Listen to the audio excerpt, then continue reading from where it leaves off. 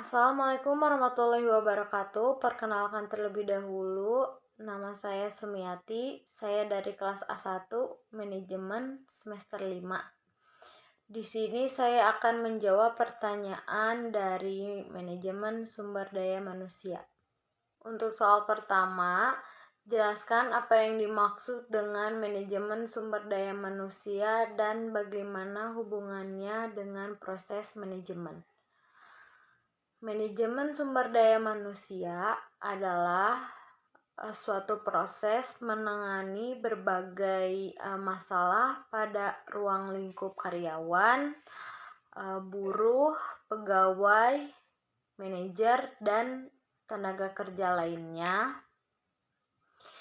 untuk dapat menunjang aktivitas pada organisasi atau perusahaan demi mencapai tujuannya yang telah ditentukan oleh perusahaan tersebut. Dan manajemen sumber daya manusia juga menjadi bagian dari ilmu manajemen yang mengacu kepada fungsi manajemen dalam melaksanakan proses-proses perencanaan, proses-proses perorganisasian, dan memimpin dan mengendalikan suatu perusahaan tersebut. Soal nomor 2, berikan contoh mengenai bagaimana konsep dan teknik manajemen sumber daya manusia dapat berguna bagi semua manajer. Di sini ada 10 poin. Untuk poin pertama, melakukan analisis pekerjaan atau menentukan pekerjaan setiap karyawan. Dan yang kedua, merencanakan kebutuhan tenaga kerja dan merekrut calon karyawan. Yang ketiga, memilih calon karyawan tersebut. Yang keempat, mengorientasikan dan melatih karyawan-karyawan baru. Yang kelima, mengatur upah dan gaji karyawan atau memberikan kompensasi kepada karyawan. Yang keenam, memberikan intensif dan keuntungan kepada karyawan.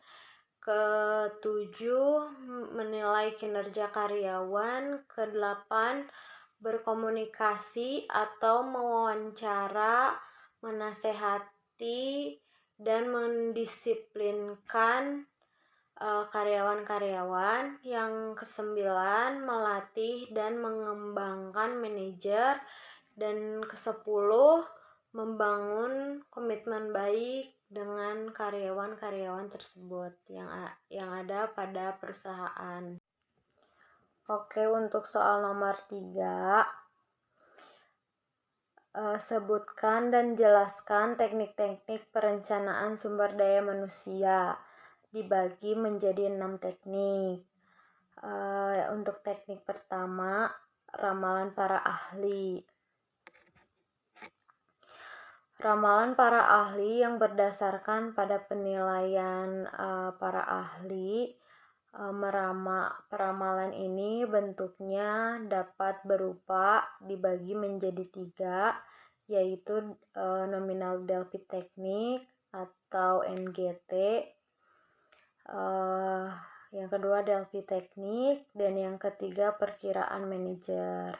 Untuk nominal Delphi Technique yaitu menghadirkan 5-10 para ahli, kemudian dinyatakan mengenai misalnya apa yang menjadi penyebab perubahan kebutuhan pegawai pada masa yang akan datang. Yang kedua, Delphi Technique yaitu bila para ahli tidak dapat berdiskusi secara bersama-sama, maka perencanaan sumber daya manusia meminta pendapat beberapa para ahli tentang kebutuhan sumber daya manusia pada masa yang akan datang. Yang ketiga, ada perkiraan manajer, yaitu kebutuhan sumber daya manusia diperkirakan oleh manajer puncak, kemudian diturunkan kepada manajer yang ada di bawahnya untuk ditanggapi atau sebaliknya. Dan teknik kedua ada analisis kecenderungan. Analisis dilakukan berdasarkan kecenderungan kebutuhan pada masa lalu yang dapat dilakukan melalui ada dua. Yang pertama ekstrapolasi, yaitu mulai subjeknya bahwa tingkat perubahan pada masa lalu sama dengan pada masa yang akan datang. Dan yang kedua ada indikasi, yaitu menghitung bahwa rasio antar jumlah pegawai dan jumlah penjualan atau produksi pada masa yang lalu sama dengan pada masa yang akan datang. Untuk teknik yang ketiga, teknik budget dan planning analisis, yaitu dari jumlah budget yang disetujui, di dalamnya juga telah tercermin sejumlah kebutuhan pegawai yang pada umumnya dilakukan setiap departemen yang ada dalam perusahaan tersebut.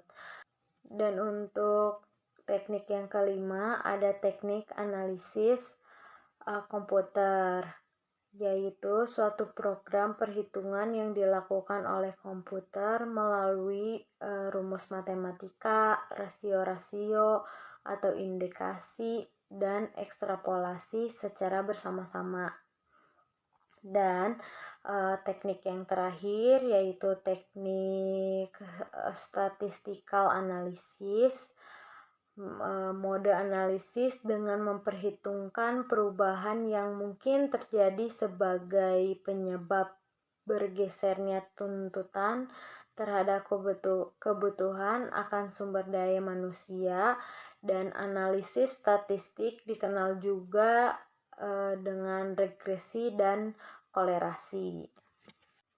Nah, soal selanjutnya, soal nomor 4, jelaskan bagaimana melakukan sebuah analisis pekerjaan. Dibagi menjadi 6 analisis pekerjaan. Yang pertama, menentukan bagaimana untuk menggunakan informasi yang telah didapat, mengetahui cara menggunakan data yang telah diperoleh, yang akan memberikan gambaran bagaimana untuk mengumpulkan data tersebut. Apakah dengan menggunakan wawancara atau kuesioner. Dan yang kedua, meninjau informasi dasar yang relevan seperti bagan organisasi, bagan proses, dan deskripsi pekerjaan. Yang ketiga, memilih posisi yang dapat mewakili.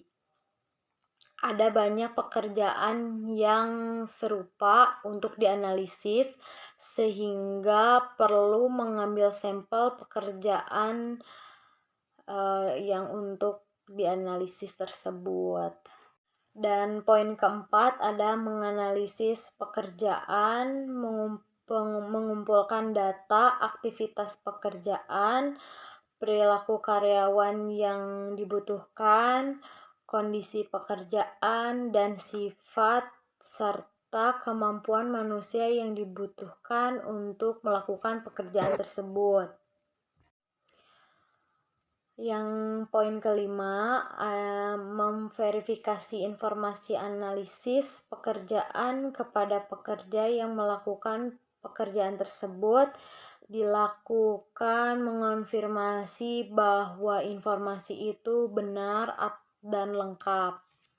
Untuk poin terakhir, poin keenam, membuat deskripsi pekerjaan dan spesifikasi pekerjaan. Deskripsi pekerjaan adalah daftar tertulis yang mendeskripsikan aktivitas dan tanggung jawab pekerjaan, juga kondisi pekerjaan serta bahwa dan keamanan dari suatu pekerjaan, spesifikasi serta meringkas mutu, kualitas dan keterampilan dan latar belakang pribadi yang dilakukan untuk menyelesaikan pekerjaan tersebut.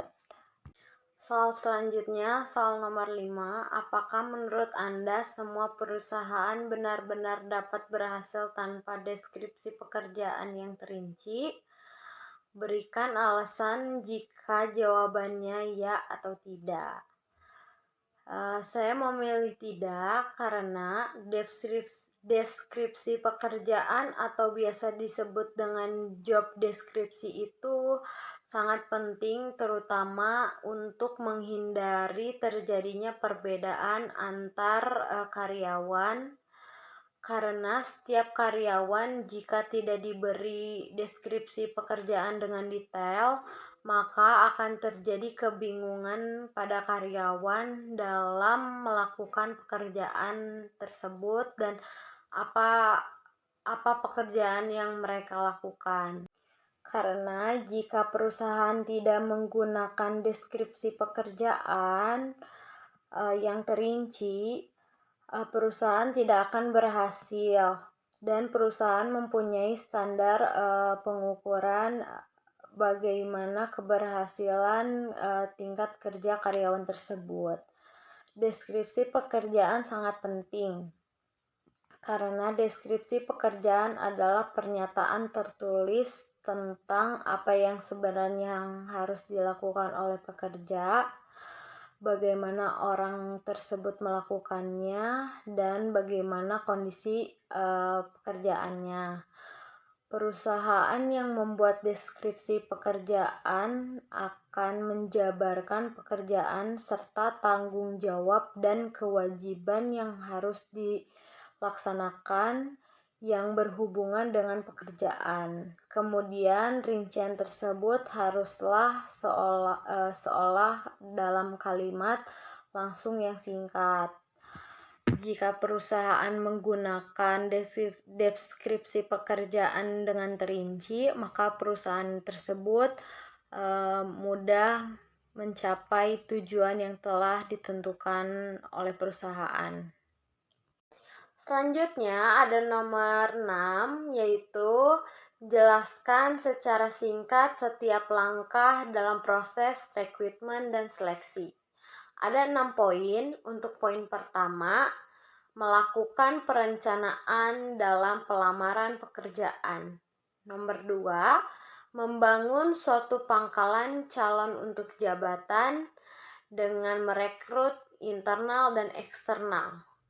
Poin ketiga, meminta karyawan mengisi formulir lamaran.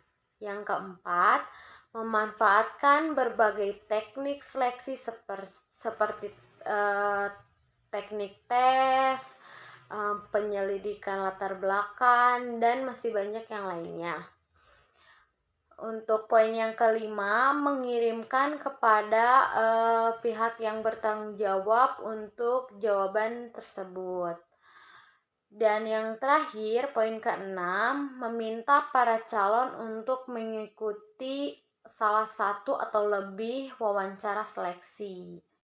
Selanjutnya nomor 7, untuk jenis pekerjaan apakah menurut Anda wawancara tidak struktur menjadi bentuk yang paling tepat?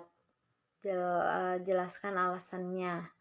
Menurut saya, semua pekerjaan bisa menggunakan wawancara tidak struktur karena wawancara tidak struktur adalah interview yang tidak memiliki arah pembicaraannya dengan jelas. Biasanya wawancara ini dilakukan oleh orang yang sudah berpengalaman dalam dunia pekerjaan. Dalam interview ini biasanya bertanya tentang yang tidak pernah dipikirkan oleh pelamar pekerja. Contohnya bertanya tentang pengalaman kerja atau tentang kehidupan pribadinya, yang jelas-jelas itu tidak termasuk ke dalam kriteria pekerjaan yang nantinya yang akan dia pilih. Soal yang terakhir adalah soal nomor 8, yaitu jelaskan mengapa penetapan kebijakan kompensasi harus sejalan dengan strategi bisnis perusahaan. Kompensasi harus berjalan sejalannya dengan strategi bisnis perusahaan agar tujuan perusahaan tercapai. Jika tidak, maka tujuan perusahaan tersebut tidak dapat tercapai sebagaimana semestinya. Sebagai contohnya, misalnya dealer mobil, maka pada bagian marketing, kompensasi yang diberikan berdasarkan hasil penjualan yang mereka capai karena orientasi mereka adalah profit. Jika karyawan diberikan kompensasi secara merata, maka penjualan pasti tidak akan maksimal. Seperti itu. Nah, teman-teman, ada 8 soal yang sudah saya jawab dari manajemen sumber daya manusia. Jika ada kesalahan kata, lebih dan kurangnya mohon dimaafkan. Sekian dari saya. Wassalamualaikum warahmatullahi wabarakatuh. Terima kasih.